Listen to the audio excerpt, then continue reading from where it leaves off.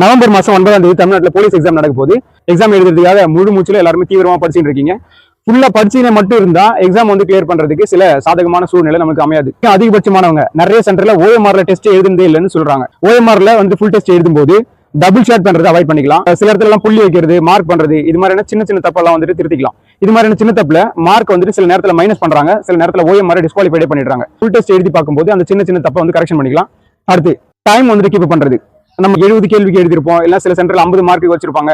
அது மாதிரி ரொம்ப கம்மியான கேள்விக்கு ஆன்சர் பண்ணி பழகப்பட்டிருப்போம்.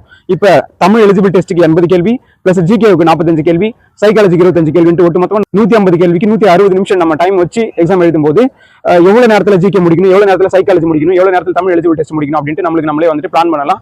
அதுக்கு வந்து நம்ம ஒரு ஃபுல் டெஸ்ட் எழுதி பார்க்கறது ரொம்ப நல்லது. இது மட்டும் இல்லாம இன்னும் எக்ஸாம் ஃபியர் வந்துட்டு போறதுக்கு, எக்ஸாம் சென்டர்ல வந்து நிறைய பேர் கூட நம்ம போட்டி எழுதும் போது எக்ஸாம் எழுதுற அந்த ஃபீல் வர்றதுக்கு, இது மாதிரியான ஒட்டு மொத்தமா ஒரு எக்ஸாம் எழுதுற ஃபீல் வரணும்னா கண்டிப்பா நீங்க ஃபுல் டெஸ்ட் எழுதி பார்க்கறது ரொம்ப ரொம்ப நல்லது. நம்ம மகிழன் போலீஸ் அகாடமில நாளன்னைக்கு ஞாயிற்றுக்கிழமை ஃபுல் டெஸ்ட் வச்சிருக்கோம். இது முழுக்க ஃப்ரீயா வைக்கிற ஒரு ஃபுல் டெஸ்ட். இதுக்கு நீங்க ஒரே ₹1 கூட அமௌண்ட் வந்துட்டு பே பண்ண வேணாம். நீங்க வரும்போது கையில பிளாக் கலர்ல பால் பாயிண்ட் பென்னு பிளஸ் ஒரு பேட் இது மட்டும் எடுத்துட்டு வந்தா போதும், வேற எதுவுமே வேணாம். நாளன்னைக்கு ஞாயிற்றுக்கிழமை காலையில 9:30க்கு இங்க வந்துருங்க, 9:30க்கு வந்துருங்க. ரொம்ப தூரத்துல இருந்து போன் பண்றீங்க, தென் மாவட்டங்கள்ல இருந்து இப்படி சென்னை பக்கம் அப்படி இருந்து கால் பண்றீங்க, சார் வந்தாக்கா காலைல ஸ்டே பண்றதுக்கு ஃப்ரெஷ் ஆகிறதுக்கு வசதி இருக்கு அப்படின்னு சொல்லி கேட்குறீங்க.